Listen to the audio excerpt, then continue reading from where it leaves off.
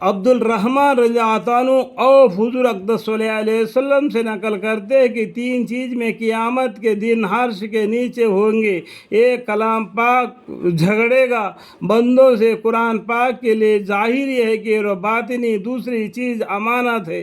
تیسری رشتہ داری جو پکارے گی کہ جس شخص نے مجھ کو چھوڑا اللہ اس کو اپنی رحمت سے ملا دے اور جس نے مجھ کو توڑا اللہ اپنی رحمت اس کو جدا کر دے.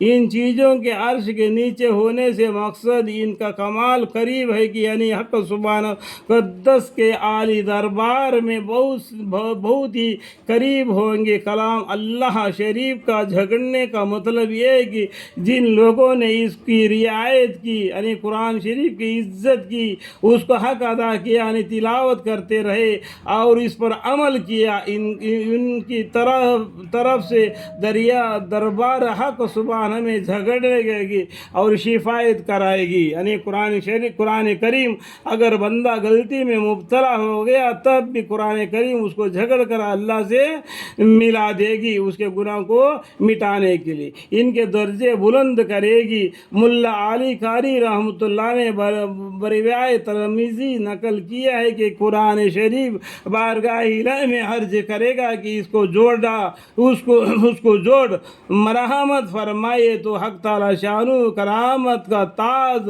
مرحمت فرمائیں گے. پھر وہ زیادتی کی درخواست کرے گی تو حق تعالی شانو اکرام کو پورا جوڑا مرحمت فرمائیں گے. الحمدللہ. پھر وہ درخواست کرے گا کہ یا اللہ آپ اس شخص سے راضی ہو جائے تو حق سبحانہ قدسی سے راضی کا اظہار فرمائیں گے. الحمدللہ. جو آدمی قرآن کریم کو پڑھتا ہے قرآن کریم اس طریقے سے اللہ سے جھگڑ کر اس بندے کو اللہ سے ملا دے گی. اور جب کہ دنیا میں محبوب کے رضا سے بڑھ کر کوئی بھی بڑی نعمت نہیں ہوتی. دنیا میں محبوب کی رضا سے یعنی اللہ کی رضا راضی سے بڑھ کر کوئی بھی بڑی نعمت نہیں ہوتی کیونکہ دنیا فانی ہے ختم ہو جائے گی. آخرت ہمیشہ رہنے والی ہے. تو یہ آخرت میں محبوب کی رضا کا مقابل کون سی نعمت کر سکتی ہے. اور جن لوگوں نے اس کے حق تلفی کی ہے یعنی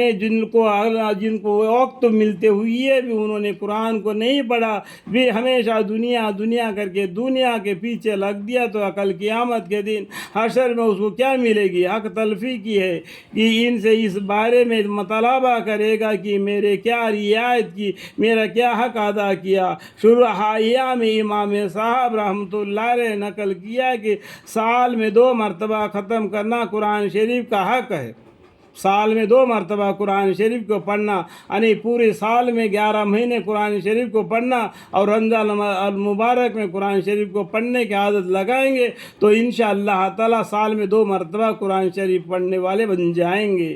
ہمیشہ نہیں ہر دن اس طریقے سے 11 مہینے اگر قرآن کو پڑھتے رہیں گے تو راستے سے بھٹکیں گے نہیں. اور رمضان المبارک کا مہینے میں اگر قرآن پڑھیں گے تو اور بھی بہتر ہے زیادہ ثواب ہے. اور تو سال میں 2 مرتبہ قرآن پڑھنے کا واسطہ پورا ہو جائے گا. ٹھیک ہے. اب وہ حضرات جو کبھی بھول کر بھی تلاوت نہیں کرتے ذرا غور فرما لے کہ اس کو بھی مقابل کے سامنے کیا جواب دی کریں گے کل قیامت کے دن. جو آدمی قرآن کریم کو نہیں پڑھتا ہے اللہ تعالیٰ نے دنیا میں پیغمبر کے جگہ پر ہمارے پاس ہمارے قرآن ہے وہی ہمارے لیے ہے صراط المستقیم ہے. اس کو پڑھ کر ہماری زندگی بسر کرنا ہے. قرآن کے ساتھ ہی ہماری زندگی بسر کرنا ہے. اس کے ساتھ ہی ہماری مرنا ہے اور اسی کے ساتھ ہی ہمارے جی اٹھنا ہے اور اس کے ساتھ ہی اللہ کے پاس مل کر اللہ سے راضی کروا لینا ہے. جو اس کو چھوڑ دے گا کل اللہ کے سامنے مقابل کے سامنے کیا جواب دی کرے گا.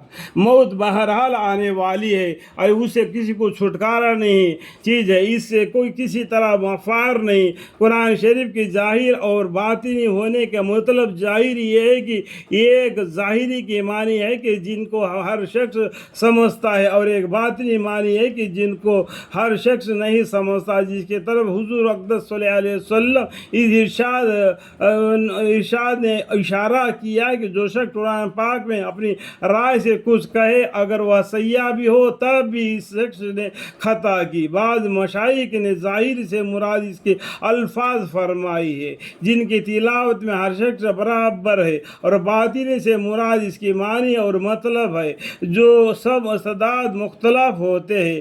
ابن مسعود رضی اللہ عنہ فرماتے ہیں کہ اگر علم چاہتے تو قرآن پاک کے معنی میں غور و فکر کرو کہ اس میں اول اور آخرت کے علم ہے۔ اگر کلام پاک میں معنی کے لیے جو شرائط ہے وہ ادب ہے، ان کی رعایت ضروری ہے۔ یہ نہیں کہ ہمارے زبان کی طرح سے جو شخص عربی کے چند الفاظ کے معنی جان لے بلکہ اسے بھی پڑھ کر بغیر کسی لفظ کے معنی جانے اردو ترجمے دیکھ کر اپنی رائے کو اس میں داخل کر دے۔ اہل فن نے تفسیر کے لیے 15 علوم پر مہارت ضروری بتلائی ہے۔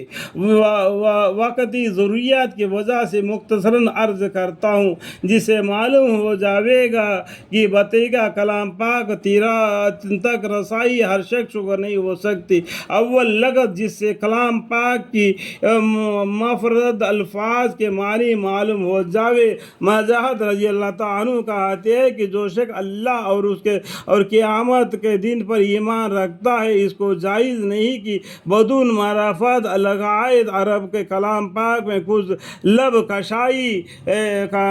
کشائی کرے، اور چند لغات کا معلوم ہو جانا کافی نہیں، اس لیے کہ بسا اوقات لفظ چند معنی میں مشترک ہوتا ہے اور وہ ان میں سے ایک دو معنی جانتا ہے اور فی الواقع اس جگہ کوئی اور معنی مراد ہوتے ہیں۔ دوسرے نحو کا جاننا ضروری ہے کہ اس لیے کہ عرب کے تغیر و تبدیل سے معنی بالکل بدل جاتے ہیں اور عربی کے معرفت میں نحو پر موقوف ہے۔ تیسری صرف کا جاننا ضروری ہے، اس لیے کہ بنا اور صوفی کے اختلاف سے معنی کے بالکل مختار ہو جاتا ہے۔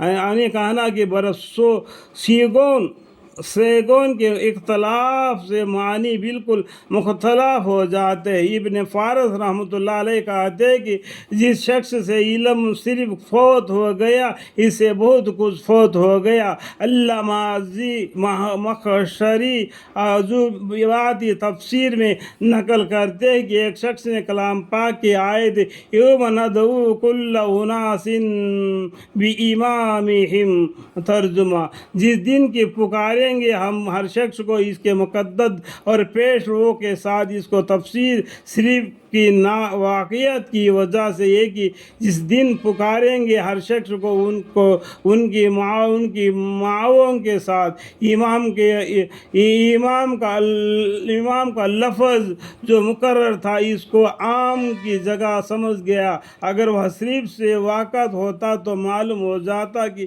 امہ کی جگہ امام نہیں آتی۔